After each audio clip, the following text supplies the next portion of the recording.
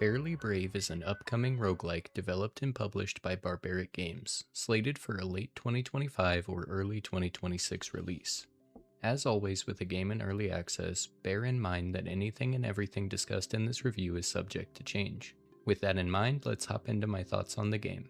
Barely Brave is a deck building, card battling roguelike with shades of Balatro, Backpack Battle, and, most apparently, Slay the Spire. The game synthesizes elements of these disparate roguelikes to combine them into a pretty fluid product that mostly comes together into something all its own. I wouldn't say it has the elegant simplicity and near perfect balance of Balatro, or the rich depth of Slay the Spire, but it does bring its own interesting blend to the table. Similarly to Slay the Spire, you play cards to deal damage, block attacks, and activate various other skills in order to defeat your enemies. In between those combat encounters, you receive rewards and enter shops allowing you to manage your deck, upgrade your cards, and obtain useful items that provide permanent boosts or consumables with one-time effects. The economy and shop of the game borrow heavily from Balatro, and if you've built up the skill of managing your money in that game, you probably won't have too many issues with it in Barely Brave. That being said, there is generally more stuff to spend your money on than in a given Balatro shop, so I still found plenty of interesting decisions regarding when and what to buy in order to optimize my build. In combat, you have 10 energy to divvy up among your cards to maximize damage or protect yourself from attacks. Your cards have damage types and amounts, as well as brands that allow them to combo with cards that have the same brand to give you bonuses. This brand system is interesting, but I found it to be a bit underexplored, at least in this demo. There are 4 kinds of brands with different effects. One gives you block to prevent damage, one increases the damage you deal, one gives you buttons, the money of this game, and the last one gives you energy, allowing you to play more cards in a turn. You can change the brand of a card or even add additional brands to them in the shop. The system is pretty well thought out in terms of how to manage them in the deck building, but I found actually using them in combat to be a bit underwhelming. The bonuses trigger when you play 3 cards with the same brand next to each other in a hand. But because you can move the cards in your hand around at will, it's pretty trivial to combine them assuming you just have a critical mass of the specific brand in your deck. It also rarely came up that the extra damage, energy, or other bonuses mattered if your build was suitably strong enough to let you ignore them.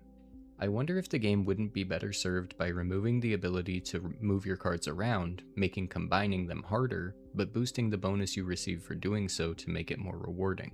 Another system that felt a bit undercooked is the Backpack Hero inspired inventory management for your patches. These patches have interesting thematic visual designs, but most of them follow the same basic formula of meet condition, add a multiplier to your damage, which made them feel a bit samey. Patches that make you money or cause your weapon cards to trigger multiple times, or ones that have other unique effects exist, but the vast majority of them seem to simply increase your damage number. This isn't the end of the world, but it does reduce the uniqueness of builds run to run. You have a limited amount of space for these patches, in the form of a Backpack Hero style bag to hold them in. Different patches take up different amounts of space, and usually have effects that scale off of how difficult they are to fit into your inventory. Like the patches, this system does a handful of interesting things, but rarely feels like it goes far enough.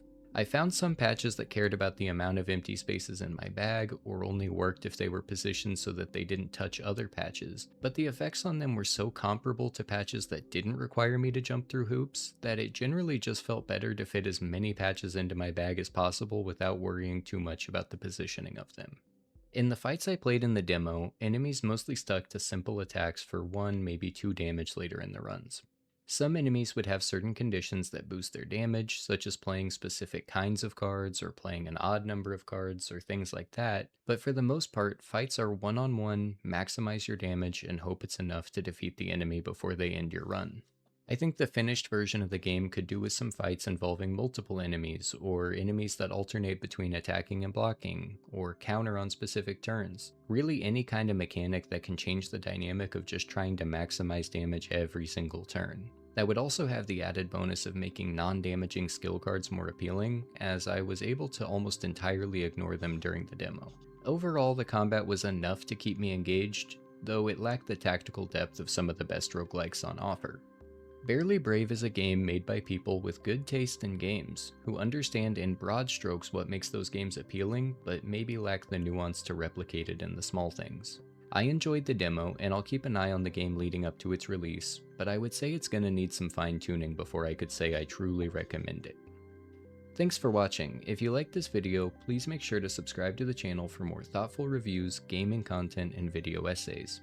And if you want to see me play the games I review on this channel and formulate my opinions on them in real time, make sure to give me a follow on my Twitch account too.